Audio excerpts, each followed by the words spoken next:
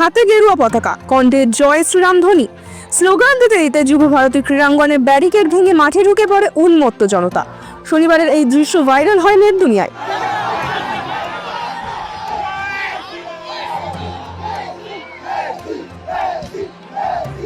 শনিবার নির্ধারিত সময়ে যুব ভারতী স্টেডিয়ামে পৌঁছে যান মেসি।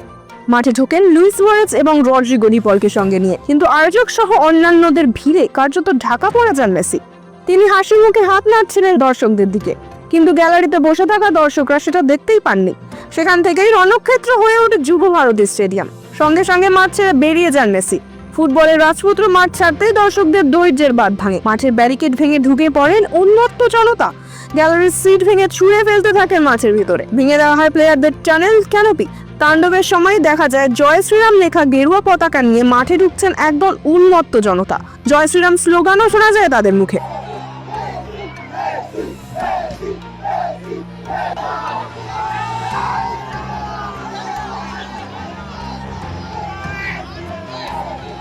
গোটা বিষয়টি নিয়ে সরব হয়েছে তৃণমূলের অন্যতম রাজ্য সাধারণ সম্পাদক কুণাল ঘোষ। তার স্পষ্ট বার্তা, বাংলা বিরোধী বিজেপি বাংলাকে বদনাম করতে যে কোনো সীমা ছাড়াতে পারে। সোশ্যাল মিডিয়ায় কুণাল লেখেন, স্টেডিয়ামে বিজেপি সমর্থিত দুষ্কৃতীরা মাঠে ঢুকে উস্কানি দিতে ও অশান্তি সৃষ্টি করার চেষ্টা করছে। তারা গেরুয়া পতাকা বহন করছিল এবং স্লোগান দিচ্ছিল। দর্শকদের ক্ষোভের সুযোগ নিয়ে এরা বিশৃঙ্খলা করছিল, শকুনের রাজনীতি করেছে। বাংলা বিরোধী বিজেপি বাংলাকে বদনাম করতে যে কোনো সীমা ছাড়াতে পারে। পুলিশের উচিত এই ধরনের অসামাজিক তৎপরতার সঙ্গে জড়িতদের ভূমিকা খতিয়ে দেখা। মানুষের আবেগের বহিঃপ্রকাশের সুযোগ নিয়ে যারা একটা অন্য স্লোগান দিয়ে মাঠে দাপিয়েছে, তারা কারা সেটাও তো দেখতে হবে। ফুটবল মাঠে তো আমাদের দলের পতাকা নিয়ে কেউ যায়নি, কেউ তো ওখানে আমাদের দলের স্লোগান দেয়নি। তাহলে ওখানে জয় শ্রীরাম স্লোগান হবে কেন? নেতাজির জন্মদিনে ভিক্টোরিয়ায় জয় শ্রীরাম, মেসিকে দেখতে গিয়ে জয় শ্রীরাম, এটা কি করে হতে পারে? ফলে ফুটবল প্রেমীদের আবেগের বহিঃপ্রকাশ, ক্ষোভের বহিঃপ্রকাশটা যেমন ন্যায্য, কিন্তু তার উগ্র ভাঙচুর, ভ্যান্ডালিজম এটা কখনো সমর্থনযোগ্য নয়। আবার সেই সুযোগে কারা সংগঠনের পতাকা নিয়ে কারা ঢুকলো, কারা ওখানে বিচরণ করলো, এদেরকে আইডেন্টিফাই করা উচিত। এরা ফুটবল প্রেমী হতে পারে না। এদিকে তৃণমূলের এই অভিযোগ ঘিরে পাল্টা তোপ দেখেছে পদ্ম শিবির। গেরুয়া পতাকা প্ল্যান করে আনা হয়েছে, মানুষকে মূর্খ ভাবছে তৃণমূল।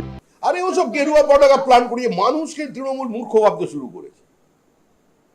গেরুয়া পতাকা চারিদিকে এখন মানুষ এখন একটা গেরুয়া ঝড় চলছে, বুঝতে পারছেন না? ওখানে কোথায় গীতা পাঠ হচ্ছে, ওখানে হনুমান জয়ন্তী হচ্ছে, আগে তো এত দেখিনি। চারিদিকে এখন বিভিন্ন লোক উৎসাহিত হয়ে গেরুয়া পতাকা লাগিয়ে দিচ্ছে। কোথায় কোন গেরুয়া পতাকা ঢুকেছে তার সঙ্গে কি? আপনারা বলুন যে কেন মাঠের মধ্যে মেসিকে ঘিরে 100 জন ছিল? আগে এইটাই সিসিটিভির ফুটেজ নিয়ে আপনি তদন্ত করুন, মেসিকে ঘিরে যারা দাঁড়িয়ে ছিল তারা কারা, তাদের মধ্যে কোথায় কোন গেরুয়াধারী ওখানে দাঁড়িয়েছিল আপনি বলুন। গোট কনসার্টের মূল উদ্যোক্তা শতদ্রু দত্তকে ইতিমধ্যেই গ্রেফতার করা হয়েছে। শনিবারের বিশৃঙ্খলার জন্য দর্শকদের ভূমিকা নিয়েও প্রশ্ন উঠছে। তবে যারা মাঠে নেমে ভাঙচুর করেছে তাদের বিরুদ্ধে এখনো কোনো ব্যবস্থা নেওয়া হয়নি। জারি তদন্ত। সবিশ চ্যানেলের রিপোর্ট, সময় কলকাতা।